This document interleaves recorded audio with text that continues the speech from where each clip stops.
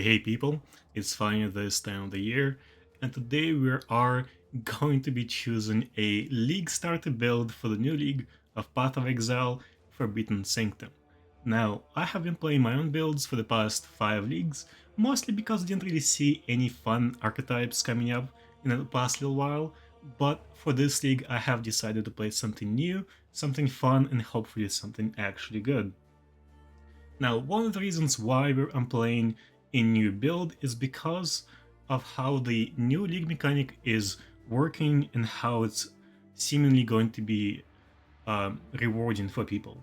What I mean by that is it seems like majority of the content is going to be bossing content and difficulty content, which means that most of my builds that are designed for just mapping aren't going to be as good as, let's say, something that is versatile and can do both mapping and bossing at a higher level. From what I've seen, it looks like most of the big rewards are going to be coming from the final boss or the mini bosses, and it does not seem like you'll be able to clear this kind of content on a non-bosser build or on a melee build. I know most people are not playing melee anymore, but it really does seem like if you are playing melee, you're pretty much handicapping yourself. If your build cannot kill bosses, or it's not very good at killing bosses, it seems like you'll be kind of out of luck. It really does seem like you have to play a well-rounded build, otherwise just won't be able to perform as well as everyone else can. Now that being said, to summarize, I think a good build for us this league is going to be a versatile build on a relatively low budget, because you want to get into the content as soon as possible and you don't want to be stuck having to farm currency for an expensive build while also making no currency because your build sucks. So what I have decided to do is play a cheap build that can kill bosses, can do maps relatively fine. I don't expect my build to be a juicer like Dio is. However, I still want to have relatively good speed and fast progression through the Atlas. So most of those builds unfortunately are not very fun because they're supposed to be meta builds. I have discovered a couple of archetypes that I really personally enjoy. However, um, each one of those archetypes is going to have a handful of different skills that you can use based on a personal preference. What I mean by that is one of the builds that I am personally choosing is Ignite. However, you can play Ignite on many different bases of gems. For example, I am going to be playing a Frost Blink Elementalist. Now, this sounds like a meme, however, it actually works from what I've seen from people, me asking people and seeing how it is, and actually does quite a bit of damage and relatively cheap to have running. This obviously is a variation of the Vortex Ignite, which has been very popular last league.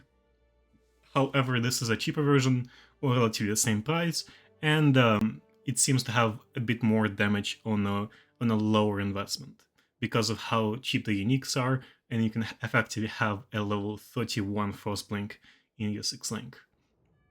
It's really good. It doesn't require too much investment. You can farm maps on a 5 divine investment or even less, depending how well you know the build. I have personally got to play this, and I have enjoyed it really well. Mapping and getting 3x felt very smooth, and I think in terms of gameplay, this does fit me because it is more active and more versatile than most of the builds out there.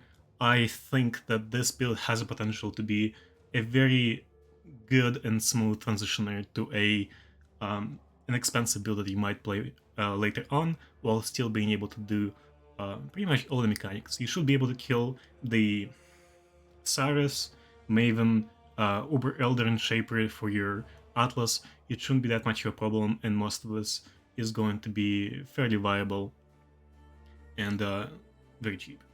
Now, If you guys want, you can play a Vortex version of this build. It is slightly slower, however it's still a very good version of the build. It can one-shot bosses, it does really well against most content, and it really doesn't have that many drawbacks. Only problem is that Vortex Ignite is very popular, and that version of the build might be a bit more expensive because there are more people playing this. Frostblink is a bit less known version of the build, so I assume that this will be a lot cheaper to build and a lot more fun to play. Now, apart from Vortex, apart from Frostblink, there are a whole bunch of different gems you could use. I know Yenron have made a Flame Dash build around the same archetype, and there are just so many different builds for Ignite right now that you can literally just use any skill and make it Ignite effectively. Also, one of the reasons why I love this build is because it's on a Witch base, and obviously I love playing my Occultist, I love being able to swap between specs. I think Elementalist and Occultists are two of the most fun and versatile ascendancies out there. Now, my preference is I'm probably going to be switching back to DO once I finish this build, so being able to just respect my character will be really, really nice. Now, a second archetype that I have discovered is Poison. Now, once again, this build has a whole bunch of different mechanics, different gems that you could use. It seems like Poison Seismic Trap is the strongest. And it has been shown many times that this in fact is a very good build. It has been played in the Gauntlet, it has been played during the challenges. Many people on hardcore SSF are playing this build because it just has so much power on such a small budget. If you don't mind playing traps, if you don't mind having the trap playstyle, it is a very good build. Let me show you. Obviously, some of those builds and showcases I have taken from different YouTubers. I'll have links for all those videos and all the POBs in the description below. Those are not my builds, those are just some of the fun builds I found that the person got to test and play, and I think those builds are very fun and very amazing to play. However, personally I'm not much of a trap enjoyer. I prefer something that's more hands-on, such as Spark and Frostblink. Spark was actually one of the builds I was going to initially recommend for you guys to play. However, I have been told by a couple of people that it have seen some substantial nerfs this league, so I have decided to just leave it in the air. In case you guys, in case it stays good as it was last league, you guys should look into playing Spark Inquisitor. It is a very strong build. It can do bosses, it can do all content. However, its only drawback is the fact that you have to stand still to cast Spark, and if you don't have enough attack speed, cast speed, you'll pretty much be dying constantly. It does not have too many layers of defense compared to Saboteur. Saboteur is very tanky. So is Elementalist. However, it's still a very well-rounded build. And when it comes to Poison Saboteur, effectively what it is the playstyle is just you drop some traps, they do damage, and it seems like they do a bit too much damage. In my personal opinion, it's crazy how much power I could get from a very almost no investment at all. When I'm falling, you can get to T16 maps, and it's not going to be a big deal. Most bosses fall relatively easily. You can even become a bosser early on if you want. You can make tons of currency being a bosser in PoE if you can get there fast enough. So I think when it comes down to purely bossing, I think Trapper is the way to go. However, it does struggle on maps a little bit, especially if you don't have enough defensive layers. Trapper is a very fast build, because you have to be able to kill monsters as they come, you have to be able to avoid projectiles, because Saboteur is still relatively squishy. However, if you play it right, you won't be dying as much. I think Poison Traps is mainly a bosser. You'll probably get tired of having to press a whole bunch of buttons and having to wait for your traps to detonate. However, it's still very good. It's so cheap and so powerful to a point where I just have to mention it because traps are just that good. They're cheap, they're powerful. No other build really comes even close in terms of raw power that Poison Seismic Trap does. It just the best you can possibly have, and there are a lot of different guides and different videos for it. If you enjoy traps, go right ahead. It's the best build. Poison Seismic Traps is absolutely amazing. Now, when it comes to Poison, Poison and Ignite are actually two of the strongest archetypes in the game right now. There are a whole bunch of Ignite builds, and there are a whole bunch of Poison builds. Now, one of the reasons for it is because it's gotten easier to scale Poison, as well as there are some clusters that just make Poison so much stronger than it should have ever been, to a point where even if you're playing a non-Poison build, you can still use Poison in it and it'll be doing a lot more damage. For example, on my Death Oath build, I was actually using Poison and almost doubling my damage. It is that powerful.